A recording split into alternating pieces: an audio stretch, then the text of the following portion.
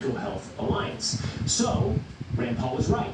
Dr. Fauci was lying. Kentucky Senator Rand Paul joins me now.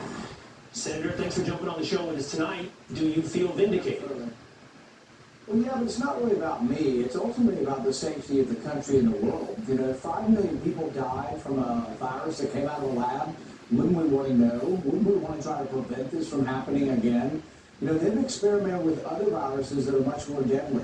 This virus has been very deadly, but it's got a 1% mortality. What if you had a virus that had a 15%?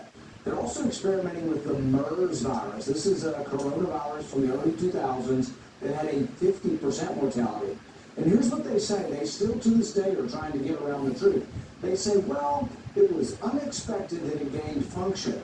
Well, how do you know if it's unexpected or not? It's unknown. If you take a virus from a cave, you combine it with a virus that has a 50% mortality, it either is going to be more transmissible or less, but you don't know in advance whether it's going to be worse or better. So when it gains function, that is something that actually is expected. Some of these viruses are going to gain function, and then the possibility of leaking out, I think, is a horrific thing for mankind. But realize that Dr. Fauci has been steadfast in this.